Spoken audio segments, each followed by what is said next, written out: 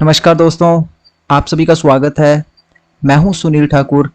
Web development tutorial में PHP programming language के अंदर आज हम यूज़ करेंगे लूपिंग स्टेटमेंट्स।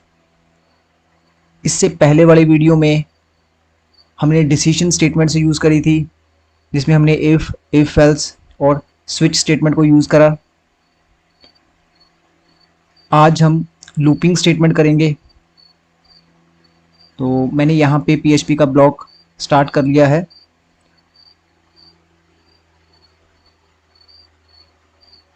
तीन तरह की लूप्स आएंगी हमारे पास, while, do while and for. तो सबसे पहले हम वाइल लूप को यूज़ करते हैं। लूपिंग स्टेटमेंट में हमारे पास तीन पार्ट्स होंगे, जिसमें डिक्लेरेशन और इनिशियलाइजेशन होगी हमारे पास कंट्रोल वेरिएबल की, उसके बाद टेस्ट कंडीशंस और इंक्रीमेंट सेक्शन। तो मैंने यहाँ पे वेरिएबल लिया है एक x, उसकी वैल्यू को इनिशियलाइज कर दिया 1 से। उसके बाद लूप लगा रहे हैं वाइल, जहाँ पे कंडीशन चेक कर रहे हैं जब तक value less than equal to 20 है तब तक क्या होएगा, हमारी स्टेटमेंट एग्जीक्यूट होएगी। और उसके बाद स्टेटमेंट लगाई है $x++, ये है इंक्रीमेंट सेक्शन। तो इसी हिसाब से हमारी जो लूप है वो 20 टाइम्स चलनी चाहिए। तो इसको हम एग्जीक्यूट करके देखते हैं। तो इसका जो रिजल्ट आया है हमारे पास इस तरह से आ रहा है, द नंबर इज, उसके बाद जो नंबर आ रहा है। अब कोई भी स्टेटमेंट हमें मल्टीपल टाइम एग्जीक्यूट करनी हो तो वहां पे हम लूपिंग को यूज कर सकते हैं।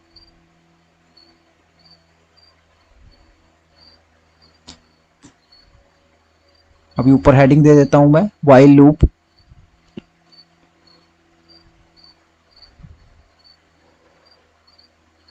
इसमें और भी काफ़ी चेंजेस कर सकते हैं हम। जैसे यहाँ पे हमने $x++ लिखा है, तो वो क्या करेगा, हर बार एक कंट्रोल वेरिएबल को इनिशियलाइज कर रहा है। जैसे पहली बार वैल्यू 1 थी, कंडीशन चेक हुई, कंडीशन ठीक है, तो द नंबर इज 1 प्रिंट हो गया हमारे पास। उसके बाद वैल्यू उसकी 2 हो गई, फिर कंडीशन चेक हुई। तो यहाँ पे जो हमारे पास इंक्रीमेंट सेक्शन है $x++, तो यहाँ पे हम अपने हिसाब से इसको इंक्रीमेंट कर सकते हैं। अगर हमें लग रहा है कि $x+=2 करेंगे तो वो हर बार क्या करेगा, एक वैल्यू स्किप कर देगा, 2 आएगा। तो इसमें भी हम वैल्यू चेंज करके देखते हैं। जैसे इस बार मैंने वैल्यू ली है, इनिशियलाइज जो है 0 से हो रही है और लेस देन इक्वल टू 50 है। तो अगर हम सिंपल x++ करेंगे, सिर्फ इंक्रीमेंट सेक्शन हमारे पास एक होएगा, तो हमारी जो ये स्टेटमेंट है वो 50 टाइम एग्जीक्यूट होनी चाहिए। तो अगर हमें लगे कि कम करवाना है इसको, तो हम इंक्रीमेंट सेक्शन पे भी वैल्यूज को चेंज कर सकते हैं।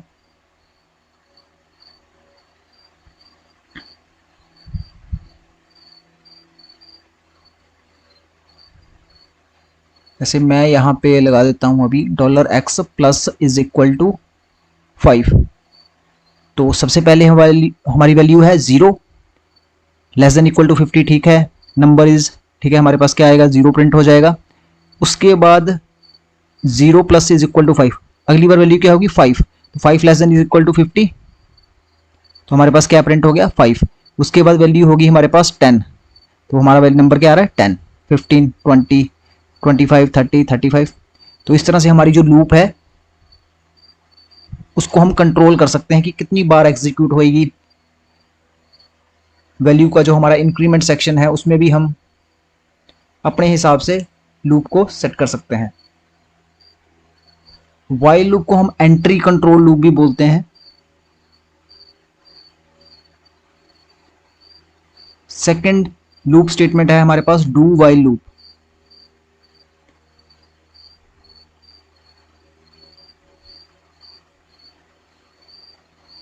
पीएचपी का ब्लॉक स्टार्ट कर लिया मैंने यहाँ पे। इसमें भी हमारे पास तीनों सेक्शन आएंगे। हमें भी एक कंट्रोल वेरिएबल को डिक्लेयर करना पड़ेगा, इनिशियलाइज, उसके बाद टेस्ट कंडीशन लगा सकते हैं, फिर उसके बाद क्या आएगा, इंक्रीमेंट सेक्शन, और साथ में स्टेटमेंट जो हमने प्रिंट करनी है। अब जो डू है हमारे पास वो एग्जिट कंट्रोल है। तो यहाँ पे जो टेस्ट कंडीशन है वो बाद में चेक होती है, एक बार लूप चलेगी ही चलेगी।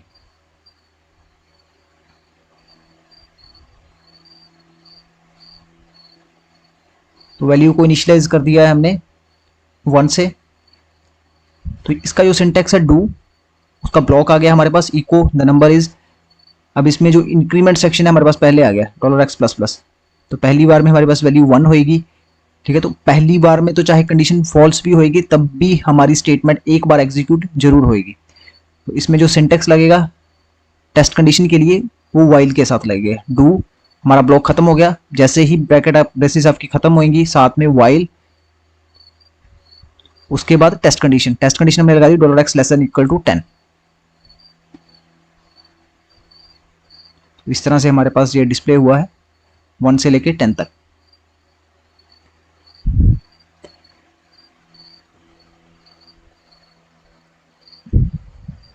इसमें भी इंक्रीमेंट सेक्शन में अगर हमें कुछ वैल्यू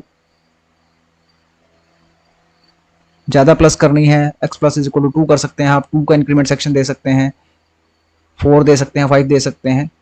तो उस हिसाब से हम कितनी बार हमें स्टेटमेंट एग्जीक्यूट करनी है वो स्पेसिफाई कर सकते हैं हम इंक्रीमेंट सेक्शन में भी।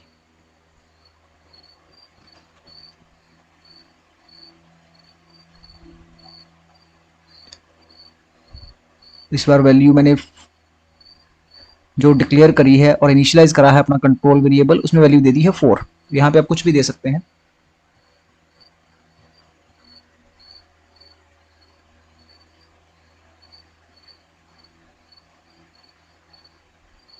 तो नंबर इज, तो पहली बार में हमारे पास नंबर प्रिंट हो जाएगा 4।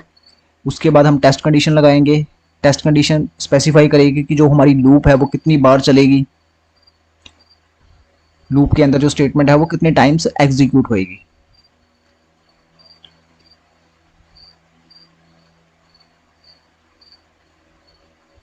इस बार थोड़ा कम लगाते हैं, $x less than equal to 6। तो पहली बार में 4 होएगा, 4 5 6, तो हमारी जो लूप है वो 3 टाइम्स एग्जीक्यूट होएगी। The number is 4, the number is 5, the number is 6। तो हमारी जो लूप चली है यहाँ पे 3 टाइम्स चली है। तो इस तरह से लूपिंग स्टेटमेंट को यूज करके हम हमारा जो पर्टिकुलर ब्लॉक होएगा वो कितनी टाइम्स एग्जीक्यूट होएगा, जो हमारी स्टेटमेंट्स चलनी है वो कितनी बार चलेंगी, वो हम लूपिंग स्टेटमेंट्स के थ्रू प्रोग्राम को बता सकते हैं। थर्ड लूपिंग स्टेटमेंट है हमारे पास for loop, while, do while and third is for loop.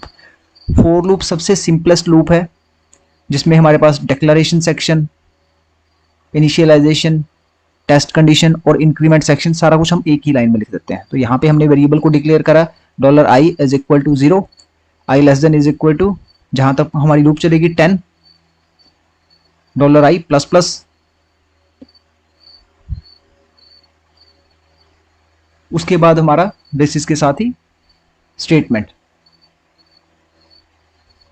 जो भी हमने स्टेटमेंट प्रिंट करनी है। तो हमें लूपिंग स्टेटमेंट देख के लग रहा है कि ये हमारी जो स्टेटमेंट है वो 10 टाइम्स एग्जीक्यूट होगी। हमारा जो कंट्रोल वेरिएबल है वो 0 से शुरू है, लेस देन इक्वल टू 10, 10 तक चलेगा, तो 0 पे भी चलेगा और 10 पे भी चलेगा। तो उसकी उस हिसाब से ही हमारी जो स्टेटमेंट है वो 10 टाइम्स एग्जीक्यूट हो जाएगी।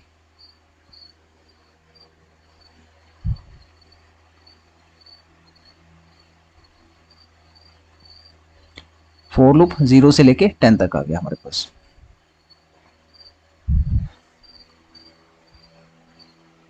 डिक्लेरेशन कहाँ से स्टार्ट करनी है, टेस्ट कंडीशन कहाँ तक जाएगी, इंक्रीमेंट सेक्शन किस हिसाब से रखना है, वो सारा कुछ हम स्पेसिफाई कर सकते हैं यहाँ पे।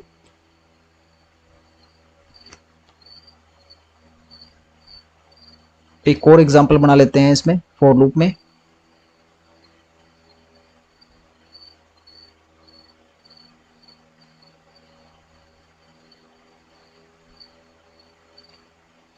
फॉर लूप हमारी सबसे ज़्यादा यूज होएगी, तो सिंपलेस्ट लूप है और हमारे पास जो सारे सेक्शंस है इसमें हम एक ही लाइन में लिख देते हैं। हमारा डिक्लेरेशन भी साथ में आ गया, इनिशियलाइजेशन भी, टेस्ट कंडीशन भी साथ में चेक हो जाएगी और इंक्रीमेंट सेक्शन भी। तो यहाँ पे मैंने वैल्यू को 0 से इनिशियलाइज करा, less than equal to 50, increment section. ठीक है, तो जैसे ऊपर वाले प्रोग्राम्स में करा था हमने, $i plus is equal to 5, मतलब यहाँ पे जो इंक्रीमेंट सेक्शन है 5 का दिया है। पहली बार 0 वैल्यू होएगी, less than equal to 50 statement चलेगी हमारी, फिर वैल्यू अगली बार 5, i plus is equal to 5, 5 less than 50 statement चलेगी, फिर अगली बार 10 हो जाएगी वैल्यू। तो इस तरह से हमारी जो लूप है यहाँ पे भी 10 बार ही चलेगी। अभी तक हम यूज़ कर चुके हैं लूपिंग के अंदर while, do while and simple for. अगर हमें सिंपल वेरिएबल्स के साथ काम करना है तो वहाँ पे हम फॉर लूप यूज़ कर सकते हैं। अगर एसोसिएटिव एरेज के साथ काम करना है हमें मल्टीपल वैल्यूज़ के साथ, तो हम वहाँ पे यूज़ कर सकते हैं for each loop. Practically use करके इसको देखते हैं। एक एरे टाइप मैंने वेरिएबल यहाँ पे डिक्लेयर करा है डॉलर फ्रूट।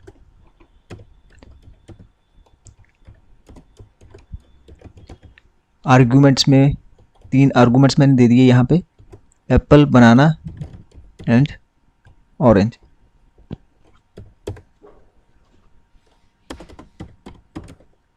इसी तरह से हम अगर मल्टीपल वैल्यूज़ भी होंगी हमारे पास तो उनको लूप में यूज़ करके हम किस तरह से डिस्प्ले कर सकते हैं वो हम देखते हैं। For each dollar fruit as dollar value, body of loop में हम स्टेटमेंट लगा के वैल्यूज़ यहाँ पे डिस्प्ले कर सकते हैं। इको स्टेटमेंट से हमने सिंपल लगा दिया डॉलर वैल्यू और ब्रेक सेमीकोलन। आउटपुट देखते हैं तो हमारे पास जो एरे टाइप वेरिएबल में वैल्यूज़ थी वो सारी की सारी यहाँ पे हमने डिस्प्ले कर दी हैं। इसी तरह हमारे पास अगर मल्टीपल वैल्यूज़ भी होंगी तो वो भी हम डिस्प्ले कर सकते हैं फॉर ईच लूप लगा के। उसके बाद हम देखते हैं यहाँ पे 2 statements break and continue. Looping के अंदर हम उसको किस तरह से यूज़ कर सकते हैं। लूपिंग के अंदर कई बार हमें क्या होता है, जो प्रोग्राम की एग्जीक्यूशन है उसको लूप से ब्रेक करवाना होता है या फिर उसको जो आगे की स्टेटमेंट्स हैं उसको कंटिन्यू करना है, तो वहाँ पे हम ब्रेक एंड कंटिन्यू को यूज़ कर सकते हैं।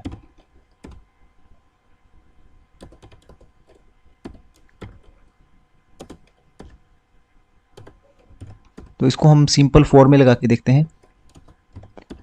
मैंने यहाँ पे एक कंट्रोल वेरिएबल डिक्लेयर करा है आई, उसको इनिशियलाइज कर दिया 0 से, टेस्ट कंडीशन लगाई $i <20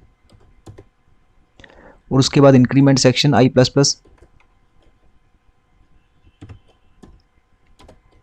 कंडीशन लगाते हैं यहाँ पे इफ़ $i की जो वैल्यू है जब 10 होएगी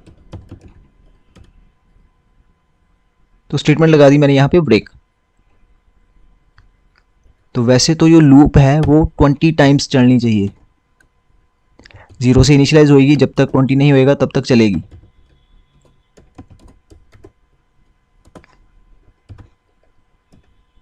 पर हमने यहाँ पे जब वैल्यू कंडीशन लगाई है if $i is equal to 10, तो जो उसका जो एग्जीक्यूशन है ये क्या कर देगा, ब्रेक कर देगा। तो हमारे पास जो वैल्यू आएगी वो 0 से लेकर 9 तक आएगी।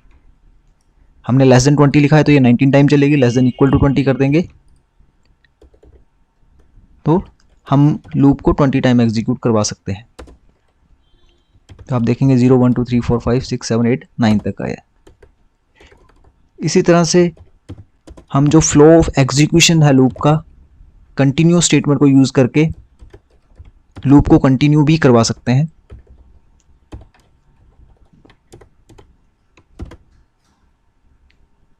तो सेम हमारे पास जब वैल्यू 10 होगी तो हमने यहाँ पे कर दिया कंटिन्यू। तो अब हमारे पास जो वैल्यू है 0 से लेकर 20 तक आएगी, पर जब 10 होएगा तो वो स्टेटमेंट क्या है, कंटिन्यू, दोबारा से लूप चलेगी वो वाली। तो यहाँ पे 10 नंबर नहीं है। तो इस तरह से हम ब्रेक एंड कंटिन्यू को यूज़ कर सकते हैं। वीडियो अच्छी लगी हो तो लाइक एंड शेयर कर दीजिए और चैनल को सब्सक्राइब कर दीजिए।